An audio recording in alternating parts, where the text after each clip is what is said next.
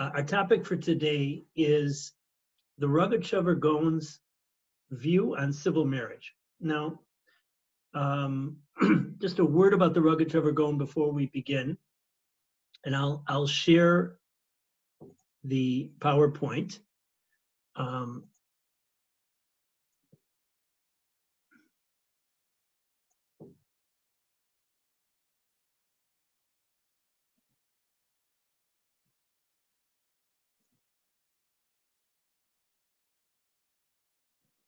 This is one of the pictures of the Rogatchover Gaon.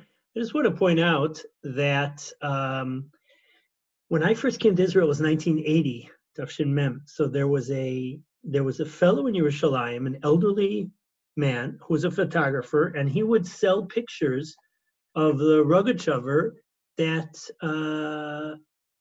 he took himself. He said he was born in, he lived in Dvinsk, and the Rogatchover Gaon, Rav Yosef Rosen Zatzal, so he was the Rabbi of the Hasidic community in Dvinsk, and he had this photo that he took. Anyways,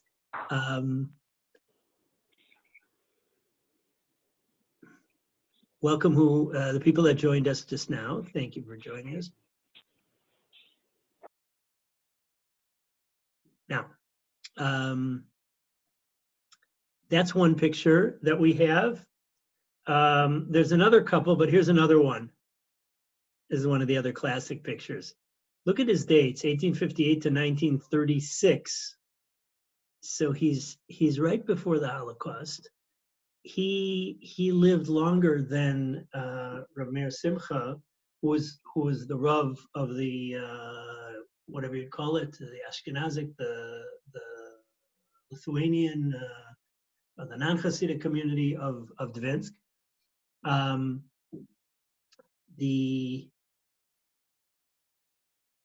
We'll talk about stuff like why I didn't take a haircut, those kind of things next week, God willing. So I'd like to focus tonight just on the issue of civil marriage, and next time, God willing, to discuss biographical information, focus on the story of his life and also the story of his writings. And then I would like to do an example in a subsequent time of his conceptual approaches, especially how he was influenced, or how he drew on categories that exist in the Mor Nevuchim to apply them to understand the Rambam's halachic material. Now, the halachic status of civil marriage is something that, since there has been civil marriage, and even before there was civil marriage, is much discussed in the poskim. If your title was the halachic status of non-halachic marriages, so these have been going on all along. But there was some special cases of non-halachic marriages. One of the important eras was the era of those in Spain, what are people that we refer to in Hebrew as the Anusim, the crypto Jews, who would get married in a church, and then when they would rejoin the Jewish community, the question of what is the halachic status of their marriage would come up.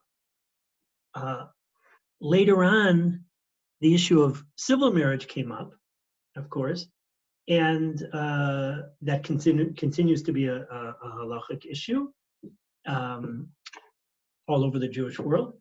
And the issue of the halachic status of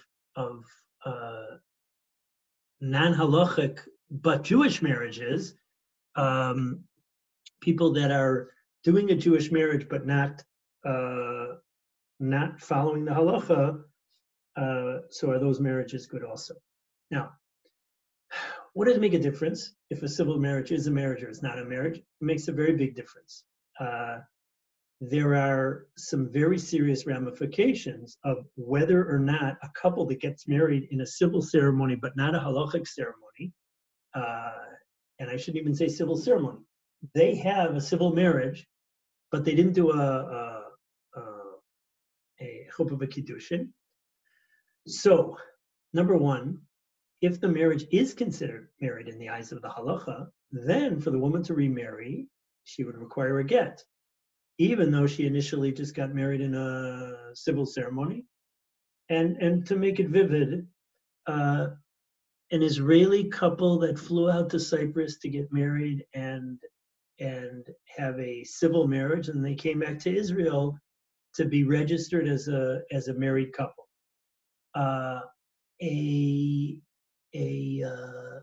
A couple living somewhere in the United States who is not connected with Torah, Judaism, Orthodoxy at all, and they get married, and they're not into the ceremonial side of marriage, and they get married, they register it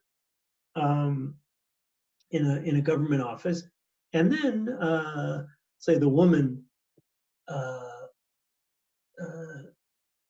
gets divorced from this man, civil divorce, and then she becomes halachically observant. She wants to remarry. The question is, does she require a get from her first quotation marks husband?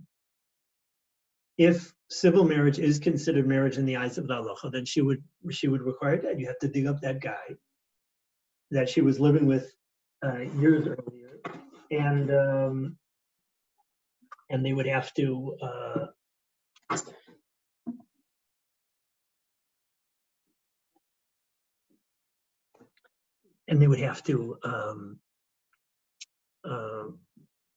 work it out that the man will give a get to the woman.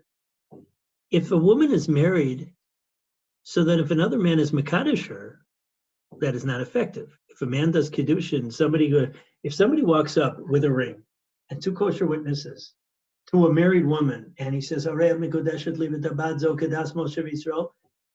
a non-halachic event. That's not going to work. That would be kiddushin that is ineffective. Now, a woman, if she's married, she has the status of an ashes ish, and that means if any man would have relations with her, he would be doing adultery. He would be doing something that is under on the left-hand column of the Ten Commandments, lo tinaf.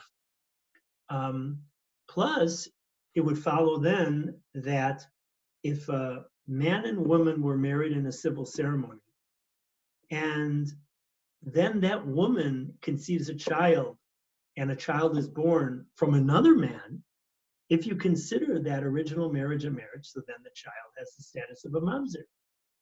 Now, this could be, in some illicit story, but it could also be in something that seems to be very innocuous. Let's say the same couple, they got married in a civil ceremony, they got divorced in a civil ceremony. The woman is walking around like a single woman, a divorcee, and she finds a wonderful man, remarries, and that child becomes interested in living a halachic life.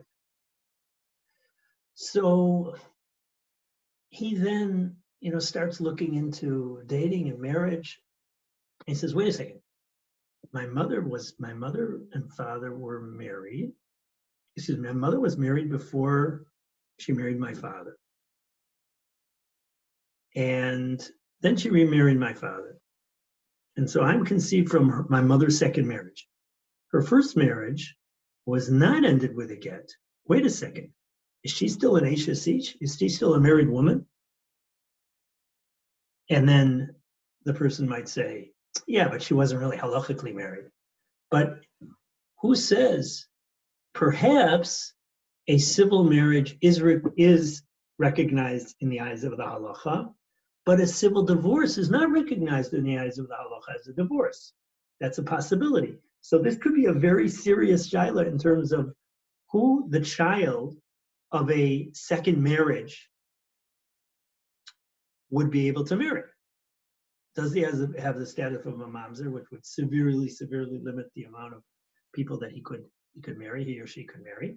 Or if that first marriage is not a marriage, so then all these things don't apply.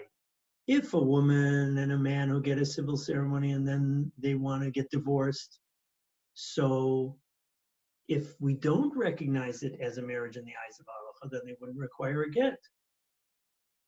if somebody else would do a real kiddushin, why she was still civilly, legally married to man one, and then man two would do a real halacha kiddushin, it would be effective. If the woman went and she had an affair while she was civilly married, but not halachically married, so then that second man, if this wasn't a marriage, would not be committing adultery. And of course, if that first marriage was not considered a marriage, and a woman conceived a son from the second marriage after not having done a halachic divorce, so that child would not be a mamzer. Now, we're leading up to the Rogatchover, but most of the poskim do not agree with the Rogatchover. Why is it that most do not consider civil marriage halachic marriage? Well, there's a number of different directions you can go, but the two main directions would be there's no kiddushin or there's no eidin. Now, what is kiddushin? Kiddushin means that a man does an act of kiddushin, the woman agrees, and they do it in front of two halachically valid witnesses, and the man verbalizes that he's doing it for the purposes of getting married to her, of making her an Ashes Ish through kiddushin. Now, one simple thing could be that there are no halachically valid witnesses. And another simple thing could be that when civil marriage is done, they don't do it according to the rules of halachic kiddushin. Now, the first Mishnah on kiddushin tells us that there are three ways of doing kiddushin: kesef, shtar, and bia. Now, these are three different options. They don't all have to be done. So you can either do, now we do only kiddushay kesef. That's the standard way it's done. The other things, the document that is given at the wedding, that's not kiddushin. That's not kiddushin through shtar. That's a ksuba. That's a different document, or a tanoim. Those are other documents. That's not a shtar kiddushin. And when the couple later on has relations after getting married, let's say on the wedding night, that's not kiddushay bia. They did kiddushin already at the marriage at the wedding, and them having bia is now that they already did kiddushin and nisuin, so now they're having relations like a normal couple. So, but we must examine if any of the three ways of kiddushin was done. Well, kiddushay kesef means a man must give something of basic value to a woman and verbalize that he's doing it for kiddushin. So again, you wouldn't necessarily have to say the words that exact formula, though that is the minhag of Kol Yisrael to use that formula. But as you see in the Gemara kiddushin, many different formulations would be good. But the likelihood would be that a civil ceremony would not include the man giving something of value. Usually it's a ring to the wife. A lot of times they'll exchange rings, or a lot of times that will just be something they'll do later on, and not as part of the kiddushin. Is there kiddushay shtar? Well, you got to look at the document and see what it says. The classic kiddushay shtar would be a document that says "Harei at mikudeshet li," and that document would be signed by witnesses and given to the woman by the man. We'll talk later on, but not extensively, but there is a direction the Rogatchover is going to have about maybe civil marriage could come out to be kiddushay shtar. We'll leave that for now. Now, the big thing that comes up in the poskim is maybe they have kiddushay bia. And the idea behind it, it seems very far-fetched. I mean, this couple is getting married in the civil ceremony. So when you ask this couple, did you get married? They'll answer yes. And you'll ask them like some nudnik questions, like, when exactly did you get married? Yesterday afternoon. What happened yesterday afternoon? We went to a government office and we got a marriage license. Oh, how'd you do it? Did you go to a synagogue or something like that? No. We did a civil ceremony. Okay. It doesn't sound like they had relations in order to get married. That seems to be a subsequent thing that they did. Again, I'm borrowing, let's say, a 1950s couple, not a couple, let's say, that lived together before the marriage. But they, first of all, and nowadays, unfortunately, this is the reality that a lot of couples have been living together before and after they get this civil marriage. So they're having relations for the sake of Kiddushin. The classic Kiddushay Bia would be that this couple goes into a room, two witnesses witness that they are going into this room to have relations, and he's saying that he's having Bia with her in order to be Makadish her. And then they have relations for the sake of Kiddushin. That doesn't seem to be what's happening when a couple has civil marriage. They seem to be having relations either totally independent of their marriage, or as a result, let's say in the 1950s or 1940s or whatever, in the 1880s, as a result of having previously done a civil ceremony. Now, why would you, and that's the simple first thing, the couple has no intent that the Bia should be for the sake of Kiddushin. However, there is a Gemara that says that there is a Mishnah that says that a couple that was married, then divorced, and then they went to a hotel together, and we know that they stayed overnight, and there were witnesses that they had yichud, that they were there together.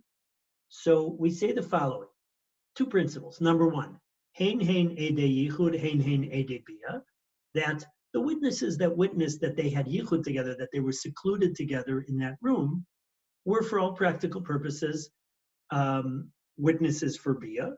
You don't have to watch the couple. It's not like when there's adultery that the couple would have to be watched and seen having the act. Rather, for witnesses of Kiddushay Bia, it suffices that they're having yichud, which is understood to be for the sake of bia. Number two, ein adam osa bilato bilatznu. We have a chazakah, we have a halachic assumption that a man is not going to have promiscuous relations, and therefore, when he had relations with his ex-wife, he's doing it for the sake of remarrying her. Now, let me just relate to that comment. Yes. Right.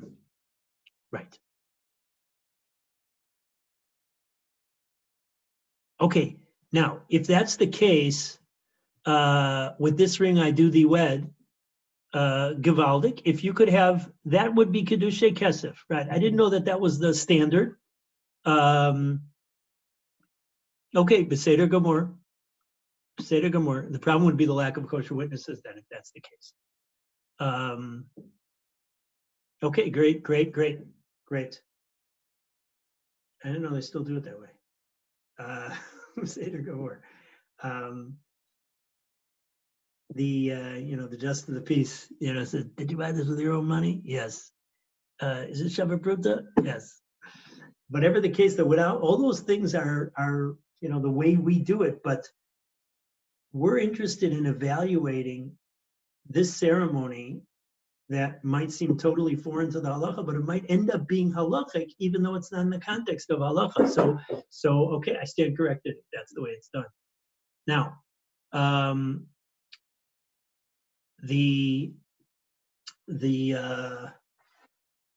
can you say that a guy and a girl that don't know about Kiddushay Bia.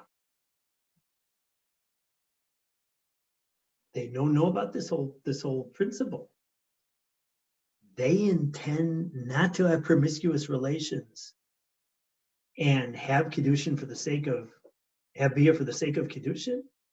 Or would you say that a couple that is having relations outside of the context of marriage without any qualms, that this principle of Einan Moseh Bilato Bilat Znut, that a person would not have promiscuous relations, that will apply to somebody who really doesn't feel bound by the sanctions of Jewish modesty. So that's very difficult to apply. Now, the Rogatchover Gaon, so he has 6 responds on this topic that I know about. Again, there must be other things. The rest we'll talk about it, but the Rogatchover has thousands of responses. There are hundreds published. So that means there's tons of material out there. There were 2 early collections of the Rogatchover's responsa published. One was published in Dvinsk, the other one was published in Warsaw, and in both of those there are 2 responsa about civil marriage. One of the poskim that seems to be like a notch younger than the Rogatchover, the Dvar Avram. So he was interested in getting the Rabbanim of his generation proactively dealing with the halachic status of civil marriage, and he communicated with a number of different poskim. Among them, he wrote a letter to the Rogatchover. The Rogatchover wrote him back, and the Rogatchover's response is printed in Shalos and Shuvas Dvar Avram, Chelik Gimel, section Chavtet. Now, there's another thing now, that there are responsa of the Rogatchover that are now being published by this institute in Modi'in Elite, which is commonly called Kiryat Sefer.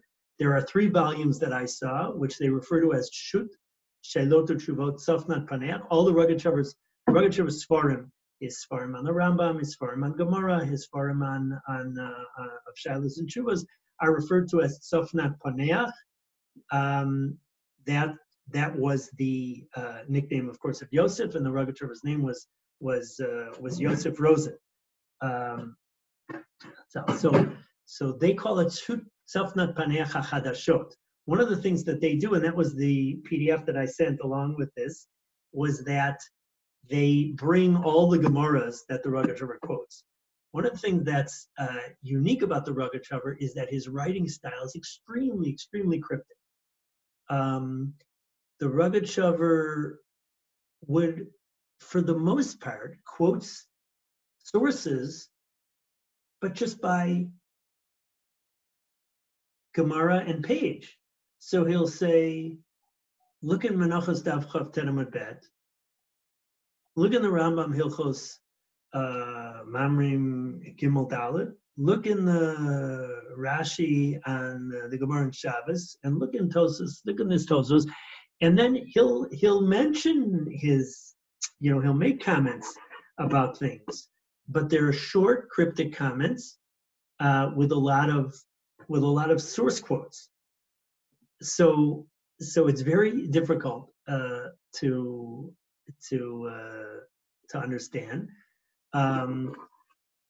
I heard an interesting thing which I hadn't read, but that the Rav Shlomo Yosef Zevin, I have to go and see the articles that he has. He has a book called Ishim B'Shitot, where he speaks about different Gedolei Torah of the generation right before him. Some of them even, he was maybe perhaps a younger contemporary with some of them. So he writes about their approaches to learning, their approaches to halacha. So the Rogatchover is there. Rav Meir Simcha is there. I drew on that when we did the Rav Meir Simcha shir. So one of the things that he writes, I heard it quoted from Rav Y.Y. Jacobson, who had a shir about some comment that the Rogatchover made on Parshas Baloscha. So that the Rogatchover, when he explained things, was extremely clear. Verbally, he was extremely clear, and written is extremely cryptic. So that's one of the challenges. Now, what I did here was I drew on secondary sources, but also went through the original material. So there were Rav Lau, who is, if you have a excuse me, if you want an example of the direct opposite pole, the most clear of the clear is Rabbi Lau, and the cryptic of the cryptic is the Rogatchover Gaon. So the Rav Lau has an article on the Rogatchover's approach to civil marriage, which I drew on.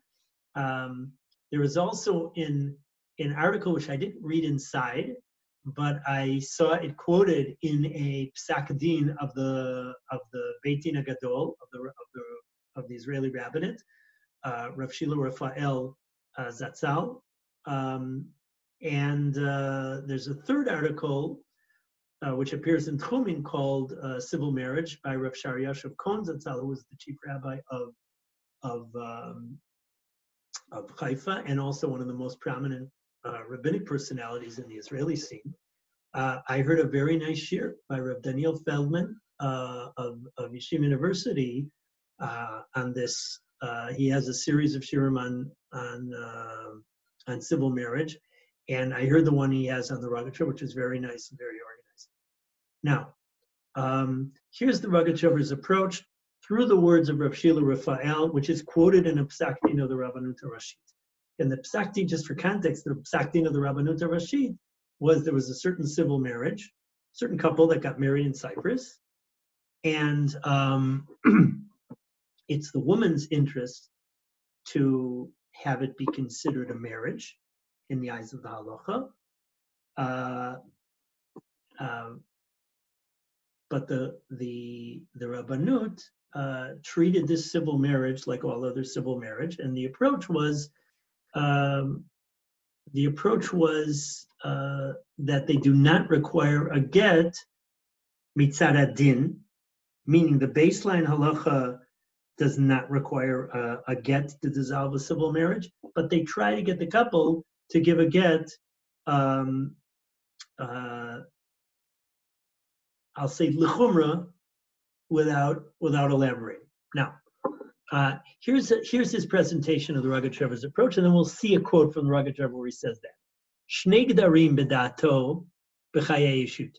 There are two different halachic aspects of marriage.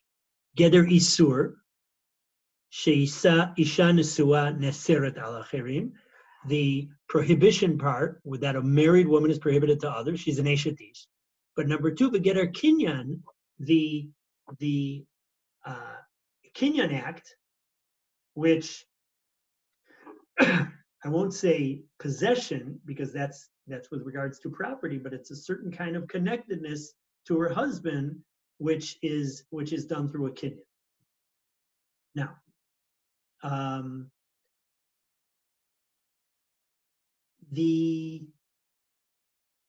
there is marriage that does not require, that is created, not through Kiddushin. What marriage is that? Marriage of a non-Jewish couple. We know that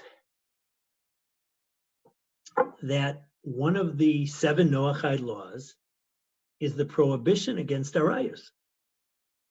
And those sins include incest, but also adultery. Well, if there's adultery, there must be marriage, because how could she be considered a married woman if there's no marriage for non-Jews? But non-Jews don't have to do Kiddushin, so how do non-Jews get married? So that's what the Rambam says in Hilchot Malachim, that for non-Jews, when a man and a woman have an exclusive relationship, so that is considered marriage. They, for all practical purposes, set up house together. So now, That is marriage for a ben Noach. What is the source of that? It's a pasuk in the Chumash in Bereshis, v'davak beishto. And this is the Gemara quotes, v'davak beishto v'lo be'eshet chaviro. He clings to his wife, a man. Now this is a story by Adam Arishon. By Adam Arishon, HaKadosh Baruch Hu said, therefore a man will leave his father and mother. He will cling to his wife. And they will be as one flesh. So that means a man clings to his wife. His wife and not somebody else's wife. Meaning that's the diuk from the pasuk where adultery appears. Now, v'ishto kriyalo. That's kinyan. That's the level of marriage by a non-Jew. And similarly, kach b'Yisrael, similarly by a Jew, gam lelo chuppah v'kiddushin, even without chuppah v'kiddushin, shayach bo iser aseh shel v'davak b'ishto. The positive prohibition, meaning sometimes the Torah says things in a positive way. He should cling to his wife. But the halachic ramifications are negative. Therefore, v'lo be'eshet chavero, the diuk from the pasuk. So it ends up that adultery, besides being the pasuk of lo tinav, for a woman who's an eshet ish through kiddushin, there's another aspect of adultery which stems from the pasuk of v'davak beishto. Lachain, therefore, b'nisuim ezrachim, in civil marriage, afi meina isha b'geder iser shel eshet ish legabe achirim, even though the woman doesn't have the iser of eshet ish vis-a-vis others, harei yesh b'geder shel kinyan. She does have the aspect of kinyan. She is exclusively connected to him. Shemyuchedet lebala. She's unique. She's exclusively set aside to her husband. V'tzricha mimenu get b'turim lafkia kinyan zeh. And there's a requirement for a get, says the Rogatchover, in order to break this kinyan. Now, the Rogatchover, here's in the Rogatchover's own words. V'ikar ageter kach, deyesh bazeh arichut gadol. I have a whole arichus on this, meaning I have a whole long development on this. And he certainly does, meaning he dives through the sea of kiddushin and gittin and yevamos, etc. And he draws on many sources. There are two different aspects, two different activities that are done, two different halachic acts that happen through kiddushin and through get. There's two different realities that go on in kiddushin. Kach, mitzium b'kiddushin kach. Echad, sorry. Kach, I think he means as follows. Echad, one of them is shayidei kiddushin, he shalo. She is his, meaning she has an exclusive relationship with her husband. Ve'abet shenesra lachirim, and the second that she's prohibited to others. V'zeh shtei gdarim, these are two halachic parameters. Barayin barashi kiddushin daf tes amud beis gabedas makne shebaget gam kenose beit gedarim. So in that Rashi, he implies that a get does both of these things also. That a halachic kiddushin and a halachic gittin have a parallel double function. Number one, the kiddushin creates a connection with him, and number two, it creates a prohibition for others. And the get breaks the connection with him and releases the isser vis-a-vis others. Dahainu shepotra o makne otala, makes her potter from the prohibition, and he, so to speak, is makne her. He gives over her to herself. Now, those are the two aspects of marriage. Now, in this tshuva, which is from the Devin's collection. So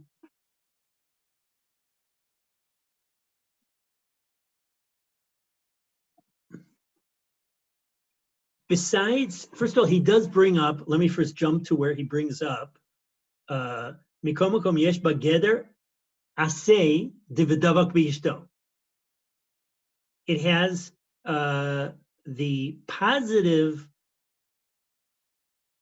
din of he should cling to his wife applies. Kemo gabi yeshet ben Noach, like a Noachide wife.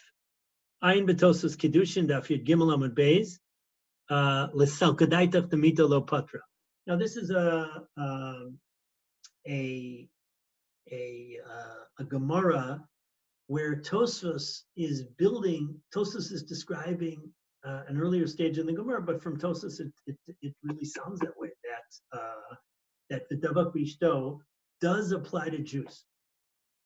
Now, in the beginning of this piece, he begins, Ki al kain tzricha get lemanda amar pilagshim belo kiddushin mikol makom kinyan yesh ba geder ishut. What's going on? There are relationships in halacha that are marriage-like relationships that are created without kiddushin. One of them is a pilegesh, a concubine. According to the approach that a concubine is a woman who is connected to a particular man without kiddushin, well, how is that different than, how is civil marriage different than a concubine?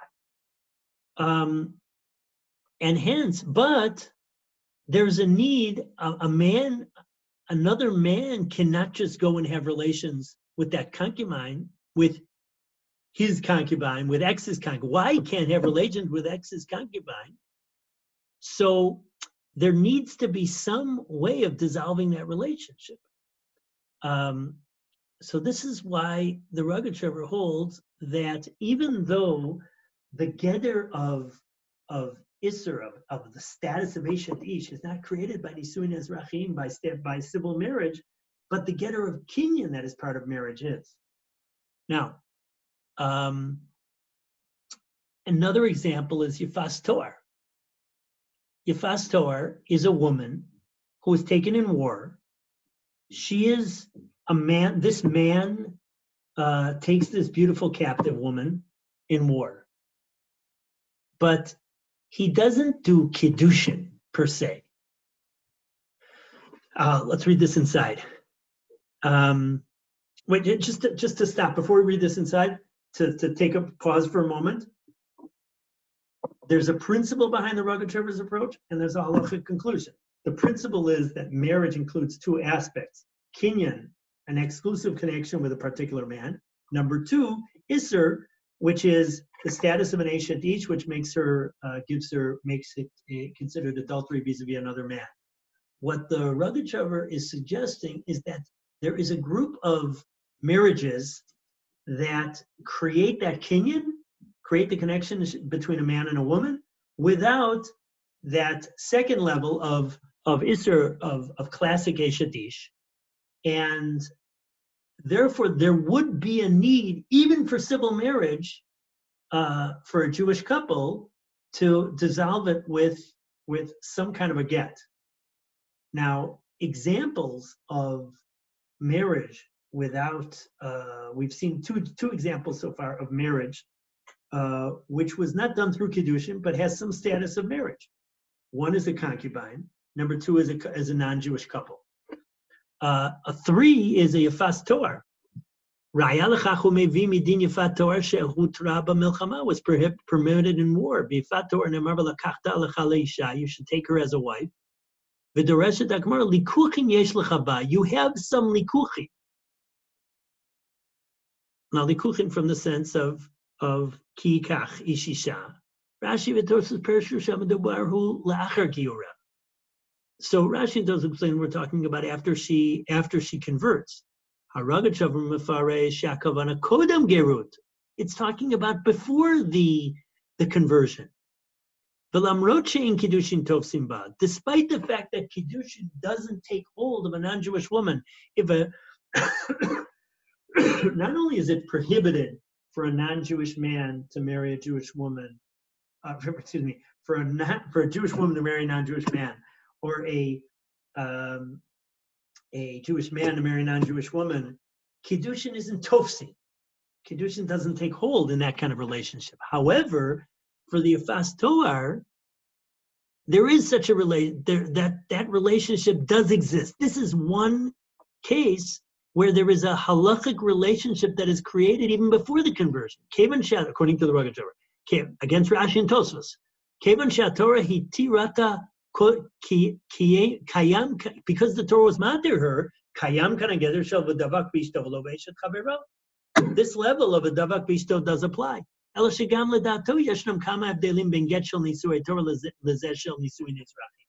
can see though that there's going to be some difference between the get for a Jewish couple that has to accomplish both of these things and has whole of Hilchos Gittin, all of Maseches Gittin there, as opposed to that which would break this lower level marriage connection.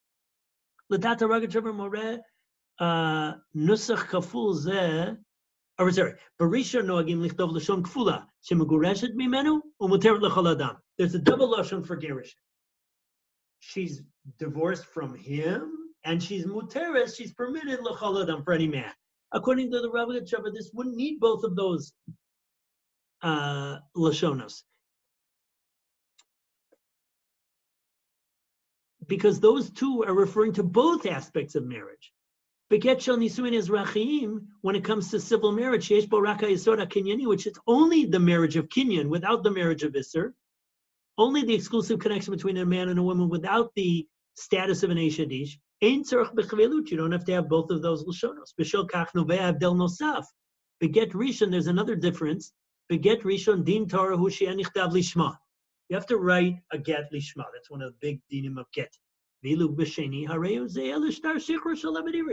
no difference between a shtar shichur and Eben Ivri, which is a document freeing an Eben Ivri, which is a Hebrew slave, which is a legal connection. There's no din of lishma. Lishma is a din for the super get, for the Jewish get.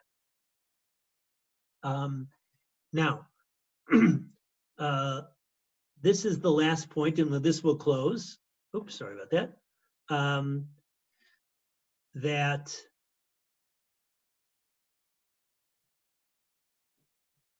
That you see from the Rogatchover that when the Jews got the Torah, their status as B'nai Noach was not wiped clean.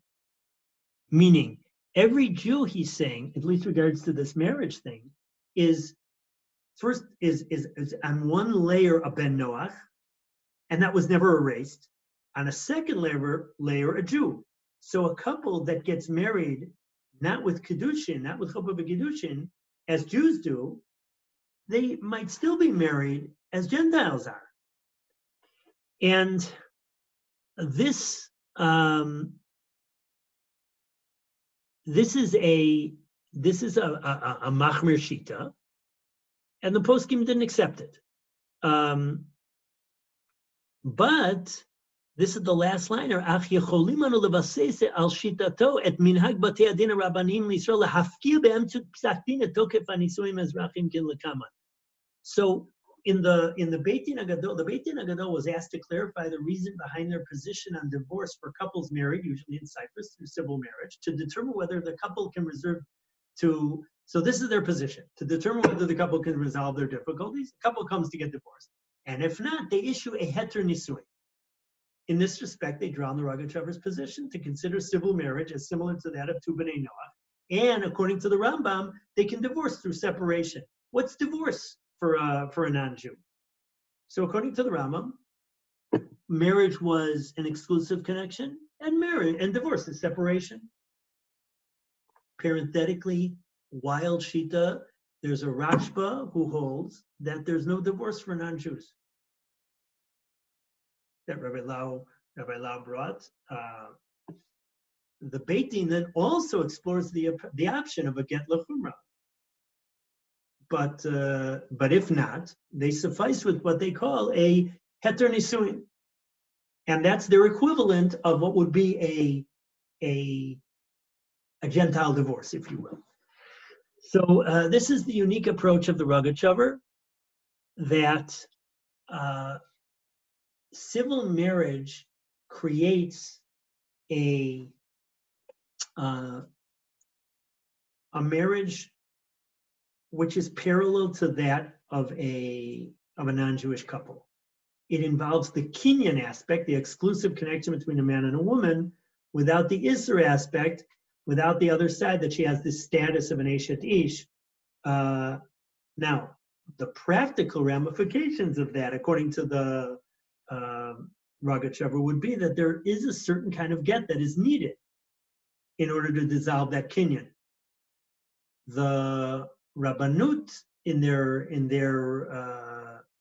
explanation of their approach, if they're not able to get a get, if they're not able to get the couple to give a get in a situation where there's a civil marriage and the couple wants to get divorced, they do, after determining the Shalom Bayis situation, they do issue what they call a heter nisuim, permitting the couple within the context of Israeli marriage to remarry. That is what I wanted to share with you.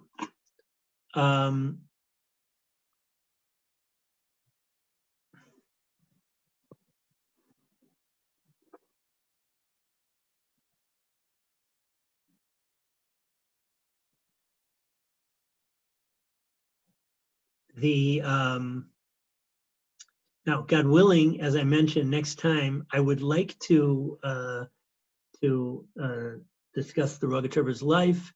I think I want to bring something next week from the Rogatchover on Chumash, and the subsequent week I want to bring something from the period in his life where the Rogatchover drew on categories from the Moreh Nevuchim in order to explain things in the Rambam's Mishneh Torah. Okay, once again, we're dealing with one of the unique thinkers of the world. We'll talk a little bit more about this.